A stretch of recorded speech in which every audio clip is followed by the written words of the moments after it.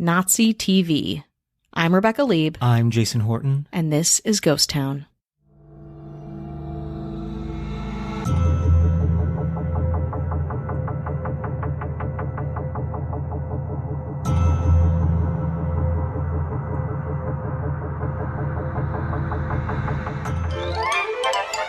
Heil, honey. Heil, honey. Heil, honey. Heil, honey. Heil, honey. Hello. I'm home. Heil, honey. Heil, honey. Smile, honey. Because I'm home. Gee, it's great to be Top Gun, but it's nothing like the fun that I get when I say Heil, honey, I am home. Heil, honey. Heil, honey. Smile, honey. Gee, it's great to be back. Heil, honey, I'm home. I want to start off with the disclaimer that this episode might be offensive to some people. Mm-hmm. By the intro, you should know why it might be offensive. Yeah. So proceed with caution. Yes. Yes. September 30th, 1990, there was a TV sitcom about Hitler living next to a Jewish family. The show revolved around him not getting along with his neighbors. It was called Heil, Honey, I'm Home.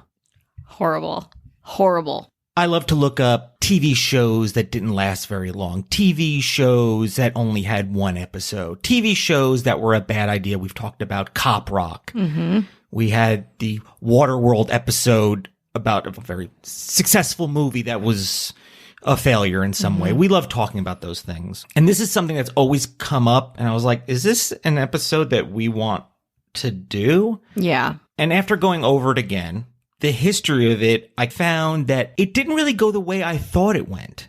And I think that's important to talk about when looking back at bad ideas for TV shows, movies, entertainment. Although I think we like to say pushing boundaries is good. What is art? Who are the gatekeepers of art? Not us. There's been plenty of directors and movie makers and TV show makers that have pushed a lot of boundaries. You know, Quentin Tarantino does it in that way. I'm trying to think of somebody in this kind of world that would do something like this, but the way he does it, you know who he is, and you at least have a frame of reference where it's coming from, right? I mean, it's Quentin Tarantino. I know I might get this or that, but when you have a TV show that comes out and it's out of nowhere, you don't know what you're getting. So here we are, we're doing it. The fact that we're both Jews is relevant, but also irrelevant to us just telling a story in history. It's on the internet. Totally. So it's not like a hidden thing that I've dug up. So here we go. Let's do it. According to forward.com, it's a comedy series that aired a single infamous episode in the United Kingdom on September 30th, 1990.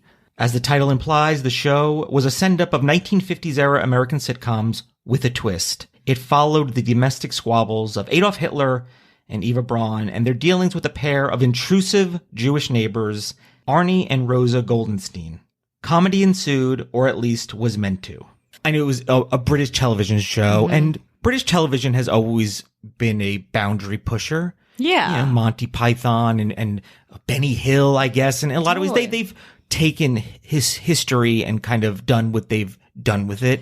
Yeah, but it's interesting that you say that because I think America has a different relationship with this specific subject matter than Europe does. And I think that feels like it's going to be a problem. Now, you're thinking, well, the show only had one episode.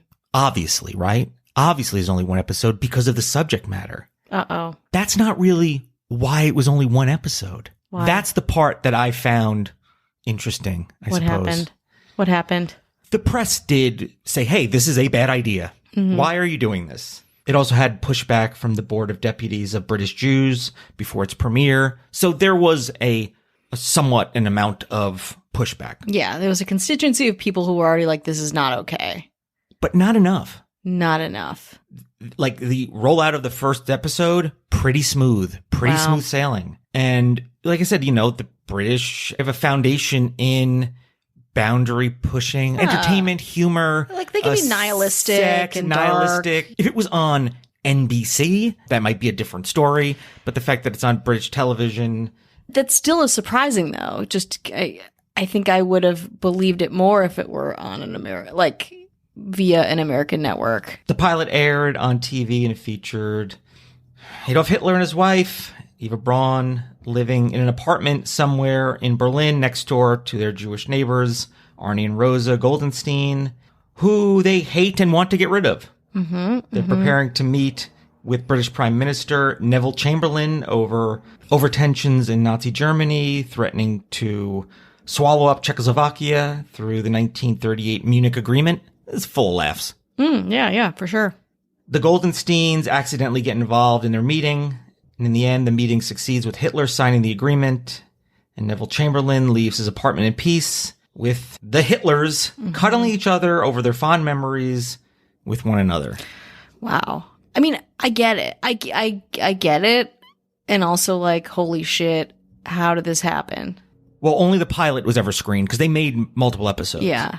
Although 11 episodes were planned and 8 were recorded, so they made 8 of them. Wow. One of them is a story arc involving Hitler's secret attempts to kill the Goldensteins. You don't say. And we'll have a lot more laughs after this break. According to Jeff Atkinson, who's the show writer and creator, respected producer, that's how he got things greenlit. What killed the show wasn't the outrage of really the content, but a corporate takeover. In October 1990, the pilot aired. 13 more episodes were on the way, but then November, BSB, the corporation with its rival satellite service, Rupert Murdoch's Sky Television. Okay.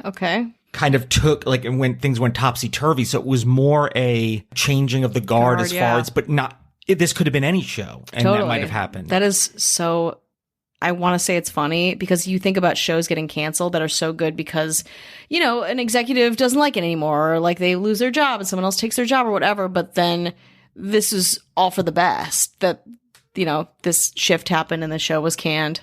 Jeff Atkinson maintains that the aim of the show was not to shock, but to examine the appeasement surrounding Hitler in 1938. And again, I don't think he went into this saying, I really don't like Jews. How do I express myself in that way? It's probably to push. No, it's political commentary. You know, right? and you watch a movie like, I mean, I think of Quentin Tarantino's movies, Django Unchained, Inglourious Bastards. Yeah. So reimagining history in that way has existed and does exist.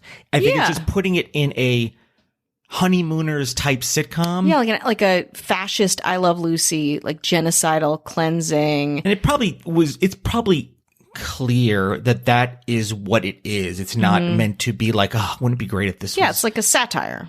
It's satirizing, you know, mid-century television. And I think the fact that the pilot didn't last, or it only went past one episode, I think adds to it being a failure. As if it went one whole season, you might look back on it and be like, well, they made a whole season. The thing was only like a lost film or like a lost television. It wouldn't be that element, and I think that makes this story stronger. Also stated that 3/4 of the cast were Jewish and did not consider the concept controversial. Which, like, I appreciate, but also, like, okay, but who's running the show here? Do you remember That's My Bush on Comedy Central? Vaguely. It's kind of a similar conceit, although way not as shitty as this. It's the Bushes. They're, like, bumbling idiots. It's like a mid-century I Love Lucy sitcom. It's but you're political. giving them this, you're kind of, I think, by making them almost lovable in that way. Exactly. Is the issue. Exactly. And who's benefiting off of this really? It's these giant corporations, these networks. And we're in Europe. It is not even 50 years from when the Holocaust happened. Even now, there's so much religious violence. It's like, you really, Great Britain thought this was a good idea? I think if the internet existed the way it does now, it might be a different story one way or another. But we look back at things and it's like, why wasn't there an outrage? In 1990, how did you outrage? Yeah. How did you find out about things to be outraged about? It was a little more difficult. And really, it's brave podcasts like this one that are willing to talk about the tough subjects that I had put off many, many times up until now. So I don't know. I just want to know who got the role of Hitler and what was that audition like? I think it's the person that was like, I'll do it. Yeah, exactly. Oh boy.